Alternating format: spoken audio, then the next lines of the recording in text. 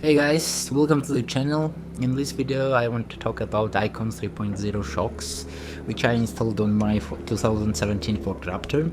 I bought this truck used, about 50,000 miles on it, so stock shocks were not in good condition. Bought Icons as first upgrade, paired with Diver's HD plus relief springs.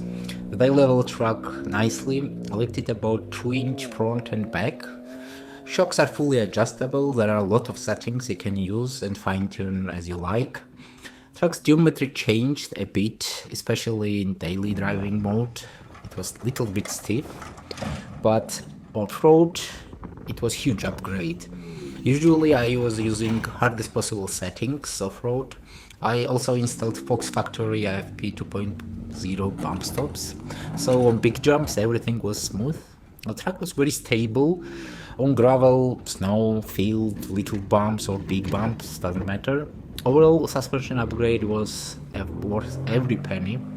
You can see all the mod installed on the truck in video description. Drop a comment if you have any question, I will answer. Like and subscribe, your support helps to grow channel. Bye.